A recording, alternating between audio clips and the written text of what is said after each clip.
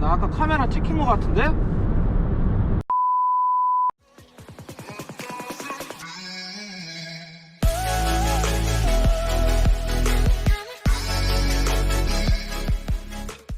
자, 이제 주행을 진행해 보도록 하겠습니다. 안전운전하세요. 안전띠는 생명벨트입니다. 현재 그 1500km 가량 주행을 한 상태고요. 15.3km, 평균 연비가 15.3km로 현재 나와 있습니다. 그리고 제가 조금 있다가 고속도로 올라가면서부터 다시 이제 리셋해서 연비가 어느 정도 되는지 한번 확인을 해 볼게요. 그리고 또 궁금해 하시는 것 중에 요 후방 카메라 이 영상을 궁금해 하시는데 화질이 안 좋아요. 섬에서 판매되는 거랑 저희 국내에서 판매되는 거랑은 좀 차이가 있는데 좋지는 않고, 대신 뭐 그렇게 뭐 불편한 정도는 아닙니다. 사실 사용해보면 그렇게 불편한 정도의 화질은 아니에요. 그리고 안전벨트는 안 매면 소리가 점점 심해지고 많이 시끄러워지기 때문에 꼭 잘 착용을 하시고 주행하시길 바랍니다.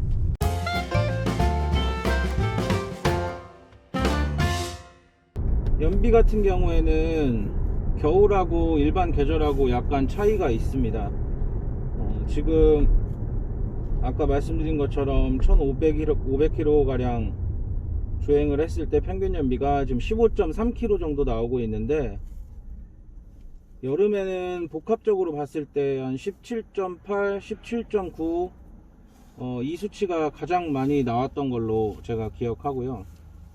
한번 이제 고속 주행으로만 기름을 이제 가득 채운 상태에서 대전에서 부산, 부산에서 강릉 이런 식으로 이동을 한 거리였는데, 그 기름을 다 이제 소진할 때까지가 여름이었는데 900km 정도가 나왔어요. 도심 지역을 거의 사용하지 않고 19.8, 뭐 20km 이 정도까지도 나왔던 걸로 제가 알고 있습니다. 계속 고속 주행을 했을 때, 그리고 이제 속도 내지 않고 반자율 주행 모드로, 크루즈 모드로 해놓고선 주행했을 때의 연비 수치를 말씀드리는 거고요. 고속도로 그리고 일반 국도 모두 포함해서 1500km 정도 주행했을 때 15.3km 수치가 나오고 있습니다. 그리고 이 차를 타면서 느끼는 거지만 정숙성은 정말 좀 원래 뛰어나잖아요. 이게 이 차가 원래 정숙성은 좀 뛰어난데, 이 너무 조용한 부분이 이 상황에서 단점으로 또 발생되는 경우가 어떤 게 있냐면, 음악을 항상 많이 키고 다니잖아요. 음악을 어느 정도 사운드를 좀 키운 상태, 그러니까 뭐 너무 크지도 않고 너무 작지도 않고 평균적으로 좀 많이 듣는 그 상태로 음악이 켜져 있는 상태에 저희가 이제 주차 진입하거나 주차하고 이렇게 나오는 공간에서 이제 보도블록이나 이 턱 같은데 이 차의 하부가 상당히 낮습니다. 차체가 상당히 낮아서 일반 이제 뭐 경쟁 동급 차종이랑 비교를 해봐도 이 차가 낮아요, 되게. 그래서 이 턱 같은데 옆에 이 문 쪽 아래쪽 이런데 긁히는 소리까지가 들리지가 않아요, 이게 잘. 그거 말고는 조용하면 좋죠. 그리고 이제 스포츠 모드 기능이 이제 또 있지만, 이게 스포츠 모드로 운행을 할 때에는 배기음이 안쪽으로 더 일부러 유입됩니다. 300H 모델이 처음 나왔을 때 이미지가 이제 좀 많이 바뀌었잖아요. 이미지가 많이 바뀜으로써 이제 젊은 세대층들도 구매를 많이 이제 하는 또 추세인데, 그러다 보니까 이 조용함, 이 정숙성만 가지고는 좀 다른 부분들이 필요한 이런 거라 소리적으로 스포츠 모드로 운행을 할 때에는 배기음이 약간 안쪽으로 더 유입이 됩니다. 그래서 좀 그걸 느낄 수 있도록. 그리고 아시겠지만 이 최고 속도가 190km예요. 그래서 이제 원래는 180km죠. 180km인데 이 게이지에는 190까지 이제 찍힙니다. 리밋이 좀 짧게 걸린 게 아닌가 라고 생각하시는 분들도 당연히 많겠지만, 고속주행을 많이 하는 저로서도 많은 속도를 내고 달릴 때가 많지가 않아요. 그리고 하이브리드를 선택하시는 이유 중에도 고속주행이 아닌 도심 지역에 운행이 많으시거나 뭐 그런 경우에도 하이브리드를 선호하는 경우도 있고, 또 고속에서도 많이 달릴 경우에 연비 생각을 하는 경우가 있지만, 일반 뭐 국내차 그랜저 하이브리드나 다른 차종과 비교했을 때 연비는 이 차가 확실히 좀 높습니다. 지금 고속도로 진입을 제가 했기 때문에 연비를 제가 리셋을 해볼게요. 리셋을 해서 어느 정도 나오는지, 약 한 100km 정도를 잡고 측정을 해보도록 하겠습니다. 그리고 이제 그렇게 속도를 많이 내고 다니지를 못하는 게, 하이브리드 연비의 장점이 워낙 크게 되어 있다 보니까 기름 다는 거 그리고 평균 연비 이런 게 눈으로 보여서 이번에는 얼마나 나올까, 얼마나 탈 수 있을까, 그런 것 때문에 밟지를 못하겠어요. 그래서 평균적으로 고속도로에서는 한 반자율 주행 모드로 해놓고 크루즈 속도는 한 120, 130 정도로 해서 지금 해볼 건데요. 자, 지금 반자율 주행 모드로 변환을 한번 해볼게요. 핸들 오른쪽에 요 크루즈 버튼을 누르고 플러스 마이너스, 이제 아래쪽 마이너스를 누르면 지금 현재 속도에서 잡힙니다. 그리고 이 왼쪽 끝에 보시면 차량 간격 유지를 어느 정도 할지 이렇게 3개로 나눠져 있는데, 요거는 1단계로 해놓을게요. 1단계 가장 가깝게 붙을 수 있는 상태로 해놓고, 이 플러스 버튼을 길게 누르시면 5km마다 이제 증가를 합니다. 그래서 제가 125km 정도로 맞춰 놓고요. 반자율은 지금 이렇게 있는 상태에서도 핸들이 움직이긴 합니다. 근데 이렇게 빨간불이 뜨죠. 핸들을 잡으라고. 그러면 이렇게 잡는데, 이렇게 올려만 놔도 이 정도 속도에서는 거의 제어를 해요. 거의 제어를 합니다. 제가 뭐 하지 않아도. 근데 좀 많이 불안하죠. 속도가 높아지면 높아질수록 불안하고, 지금도 차선 유지하는 이제 센서가 또 커브길에서 잠깐 꺼졌어요. 그리고 다시 잡고, 그렇기 때문에 내가 전혀 제어하지 않고 간다는 거는 그건 안 되는 거고요. 꼭 어느 정도의 핸들은 꼭 잡아주시고 운전을 하셔야 됩니다. 이게 어떤 상황에서 얘가 이렇게 작동하고 언제 센서가 꺼지고 이런 게 정확치가 않기 때문에, 이거는 대신에 좀 편하기는 많이 편하죠. 그냥 크루즈만 되는 것보다는, 속도만 되는 것보다는. 그리고 이제 지금 요즘 국내 이제 차량들이나 뭐 다 보면, 수입차도 마찬가지겠지만 고속도로 어시스트, 이제 고속도로 그 주행 이제 크루즈가 있는데, 이 차는 없어요. 그냥 뭐 국도에서나 고속도로에서나 똑같습니다. 기능은 똑같고, 대신 이제 가속 카메라 있죠. 가속 카메라나 이런 데서 속도를 줄여주지 않아요. 속도를 줄여주지 않고요. 지금은 제가 이 속도나 이런 부분들에 대한 음향은, 내비 음향은 제가 꺼놨기 때문에 나오지를 않고 있는 상태고요. 지금 앞차가 있기 때문에 거리를 유지하면서 이제 속도를 줄이고 있습니다.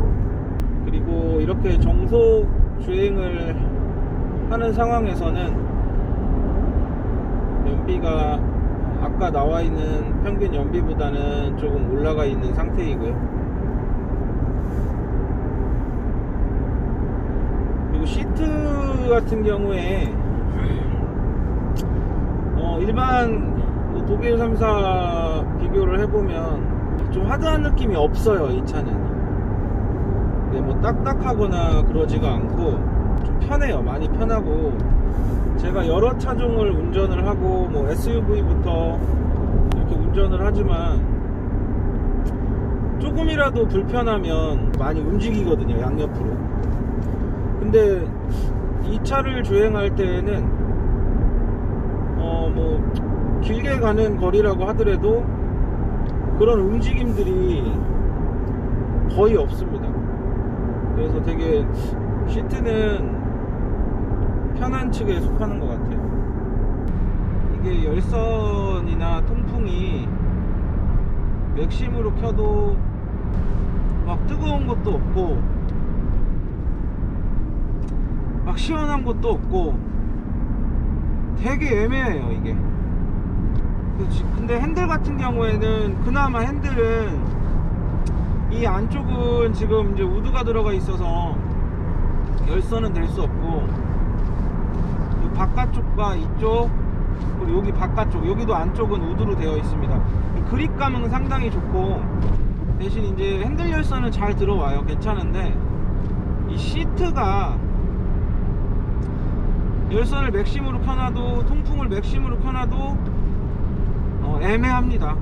그 통풍은 소리는 에어컨처럼 나와요. 소리가 좀 거슬릴 정도로 소리는 나오는데 시원하지는 않아요. 그냥 땀 안 날 정도? 네, 땀 안 날 정도. 근데 여름에는 통풍을 뭐 줄이고 뭐 할 것도 없어요. 그냥 최대로 항상 켜놓고 다녀야 되는 상황입니다. 열선도 마찬가지예요. 근데 지금은 히터를 안 틀었기 때문에 뭐 열선 맥심으로 놓고 그냥 계속 다니는 거고, 차체가 낮다 보니까 승차감에서 뭐 안 좋은 부분들, 이거는 좀 그렇다, 이런 거는 크게 못 느꼈습니다. 코너나 이런 데서도 전혀 뭐 불편한 부분은 없었고요.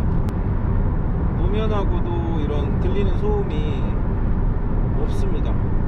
그렇게 많지 않고, 풍절음도 그렇게 크지는 않아요. 썬루프를 열었을 때는, 이 커버를 열었을 때는 조금 나기는 하는데 닫으면 또 거의 나지 않고요. 그리고 이 안전벨트 착용감은 우수합니다. 이게 전혀 내가 안전벨트를 착용하지 않은 것 같은 느낌이 들 정도로, 이게 뭐 걸린다거나 움직일 때 뭐가 이런 게 있다거나 전혀 없습니다. 안전벨트는. 이 이그제큐티브 등급으로 이제 오면 스피커가 이제 사양이 올라가잖아요. 음악을 한번 틀어보겠습니다.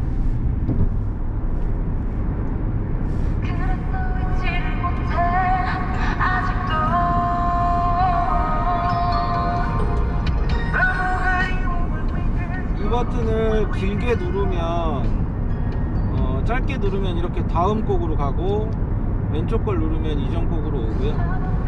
구간을 이제 빨리 감기 이런 건 길게 누르시면 네, 이렇게 넘어가죠.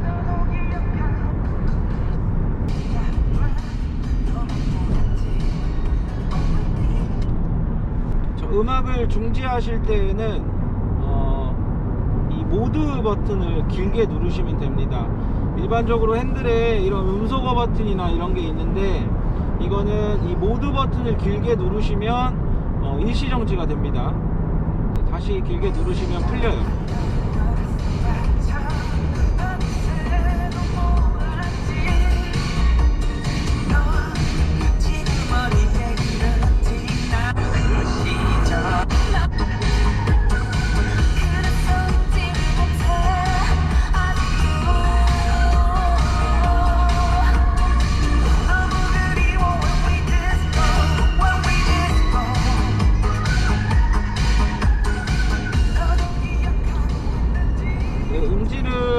영상으로 듣는 거랑 좀 차이가 있을 수도 있지만 상당히 깨끗합니다. 깨끗하고 밸런스가 너무 좋아요. 확실히 이제 일반적인 스피커하고는 차이점을 두셔도 될 것 같습니다. 아틀란 내비는 마음에 드는 내비예요. 그렇게 불편한 점도 사실 못 느꼈고, 이제 가끔 T맵을 병행하기는 하지만 평상시에는 거의 그냥 기본 차량에 있는 정품 내비를 그냥 사용하는 게 훨씬 많다고 봅니다. 차체가 낮다 보니까 국도에서 방지턱이나 이런 것들은 속도를 좀 많이 줄여주셔야 될 거예요. 웬만한 데서는 속도가 좀만 있어도 우당탕탕 합니다. 밑에 하부가 닿고 그렇기 때문에 좀 속도를 많이 줄여주셔야만 합니다. 이 차선 어시스트 같은 경우에는 깜빡이를 켜지 않은 상태로 가면 이제 핸들에서 잡아주는데, 그 핸들에서 잡아주는 게 그렇게 강하지는 않아요. 우선 핸들에서 진동이 오고요. 3번 정도 진동이 옵니다. 그리고 다시 원 상태로 잡아주려고 하는데 그 힘이 토크가 그렇게 강하게 제어하지는 않습니다. 화면에는 안 보이겠지만 이 앞에 HUD가 있어요. HUD가 있는데 여기 보면 뭐 그냥 앞에 차가 있고 내 센서에 지금 부딪히고 있다라는 화면, 뭐 여기서도 나오긴 하는데 잠깐 이제 나왔다가 사라지는 거고요. 여기는 지금 내가 몇 킬로로 세팅이 되어 있고 현재 몇 킬로고, 그리고 앞에 차가 센서에 부딪히고 있다는 거를 확인할 수 있는데, 오늘은 지금 날이 되게 흐리고요. 좀 어둡죠. 어두워서 보이는 게 조금 그나마 괜찮은데, 햇빛이 있거나 그런 경우에는 전혀 보이지 않습니다. 실내 사이즈도 이게 동급 차량에 비해서는 상당히 넓어요. 특히 뒷좌석은 정말 차이가 많이 날 정도로 넓습니다. 패밀리카로 사용하기에도 부족함이 그렇게 많은 것도 없고, 공간 확보는 정말 잘 되어 있습니다. 다른 동급 수입 차종에 비해서 정말 잘 되어 있는 것 같아요. 스포츠 모드로 변환을 하게 되면, 지금 이제 변환을 하면 여기에 스포츠라고 뜨고 계기판도 바뀝니다. 이 지금 계기판에서 저는 이제 앞에 숫자가 중앙에 나오지만 원래 저희가 알고 있는 계기판, 이렇게 키로수가 다 써 있는 계기판 있죠. 그것도 여기서 설정 사항입니다. 보면 뭐 230, 240, 250, 260 이렇게 있는데, 뭐 어차피 이 차는 180에서 리밋 걸려 있기 때문에, 그리고 뭐 그거를 보는 것보다는 지금 이 상태가 편해서 이렇게 이 설정으로 지금 세팅해 놓고 사용하고 있는 거고요. 이런 것도 변경은 가능합니다. 원하시는 대로. 지금 크루즈를 풀고 스포츠 모드로 지금 소리가 나죠. 배기음이 안으로 유입되는 느낌을 좀 많이 받습니다. 핸들은 지금 딱 잡아주고 있고요. 지금 뭐 최고 속도가 좀 낮아서 그렇지 순식간에 최고 속도를 가기는 합니다.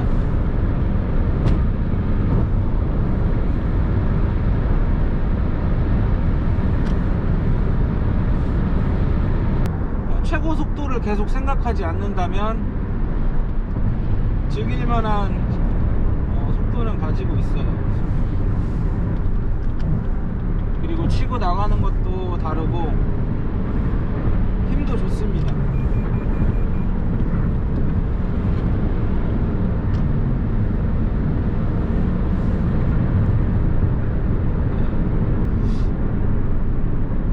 거의 최고 속도를 찍으면서 한 2분 정도 달려보니까 19km에 가있던 평균 연비가 17.1km로 지금 떨어졌어요. 이래서 다시 에코모드로 바꿔야 됩니다. 계속 할 수가 없어요. 확실히 연비는 정말 좋습니다. 일반 저희 국내 하이브리드 요즘 이제 신형들도 연비가 많이 좋은데요. 이 차도 연비가 정말 좋아요. 이게 이제 저도 장거리 운행에서는 회사 차량으로도 이제 타고 있는데 정말 뭐 기름 넣는 횟수가 다른 차에 비해서 확실히 없어요. 기름을 언제 넣었지 이렇게 생각할 정도로 연비는 정말 좋습니다. 그러니까 대부분의 하이브리드 차량을 구매를 희망하시는 분들은 이 연비에 대한 부분들도 많이 생각하시잖아요. 근데 저희가 일반적인 이제 세단이나 이런 수입차 구매를 할 때 예전에도 뭐 휘발유 차량이 많으니까 그 정도의 차를 사면서 연비를 걱정하면서 타는 사람들은 없다라는 말도 있지만 제 생각은 조금 다른 것 같아요. 이게 뭐 사용 용도에 따라서 이기 때문에 어느 정도 뭐 이렇게 사람을 많이 대면하시고 그런 이제 직군에 계신 분들은 차량에 대한 스펙이나 차량 그런 부분들도 신경을 쓰시지만 그렇다 보면 또 장거리 운행이 많고 키로수를 많이 타시는 분들은 연비를 생각하지 않을 수는 없다고 저는 보거든요. 그래서 이 차를 지금 구매하셔서 1년 이상 뭐 2년 가까이 타보신 분들을 저희가 만나보면 연비 하나 우선 그것 때문이라도 만족을 정말 많이 하고 그거 외로도 이런 운행을 함에 있어서 불편한 부분이 그렇게 많지 않고요. 이 차를 타면서 실제 단점들을 안내를 해드렸지만 어떤 차든 100% 만족할 수 있는 차는 없기 때문에 잘 비교하셔서 본인이 사용하는 그런 용도에 따라서 선택을 해주시면 될 것 같고요. 차량마다 다르겠지만 또 이 차는 처음 구매하고 이렇게 운행을 하다 보면 이 운전석 뒤쪽 그리고 조수석 뒤쪽 유리인지 문인지 정확하지는 않은데 빠각빠각 소리가 한 번씩 들립니다. 그래서 그런 부분을 가지고도 서비스 센터에 이제 갔는데 서비스 센터를 들어갔을 때 이제 그런 부분들을 말을 하면 사실상 저 소음을 찾아내기라는 게 되게 어려운가 봐요. 그래서 같이 뭐 시운전을 하고 옆에 타서 하는데 그 소리가 또 언제 날 줄도 모르고 난다고 하더라도 이제 뭐 보강제 이 차 안에 있는 보강제가 너무 단단하게 되어 있으면 그게 운행 중에 서로 뭐 부딪히는 소리라든지 이런 거에 의해서 날 수 있다고 하는데 이 차가 기본적으로 워낙 조용한 차다 보니까 이런 조금 소리 나는 거에 되게 더 예민해질 수밖에 없어요. 이게 외부 소음이나 이런 것들이 너무 적다 보니까 그게 더 예민해지는 것 같아요. 그래서 지금 이제 현재 오늘 주행하면서는 그렇게 들리는 경우는 없었는데 가끔 가다가 유리 쪽인지 문 쪽인지 이런 뭔가가 이 접합이 잘 안 돼서 서로 어긋나는 듯한 소리가 가끔씩 들리기는 합니다. 근데 뭐 차량마다 다른지는 모르겠어요. 네, 저희가 지금 고속도로 나와서 고속국도 그리고 일반 국도까지 해서 대략 한 100km 정도 97km 정도 운행을 해봤습니다. 운행을 해봤는데 지금 연비는 18.3km 지금 또 올라갔네요. 18.4km 18.3km 정도 나왔다고 보면 되고요. 이 차를 통해서도 한 번 더 말씀드리지만 연비는 지금 이 차의 기준 그리고 제가 운전했던 속도 그런 내용들, 그리고 지금의 세팅 값으로 정확하게 지금 주행, 오늘 약 대략 100km 정도의 주행으로 나온 세팅 이제 데이터를 말씀드린 거니까요. 이거는 사실 운전하는 사람과 이제 운전하는 습관 이런 거에 따라서도 달라질 수가 있으니까 참고하시는 거에만 생각해 주시면 될 것 같고, 네, 오늘 주행 영상은 여기서 마무리 하도록 하겠습니다.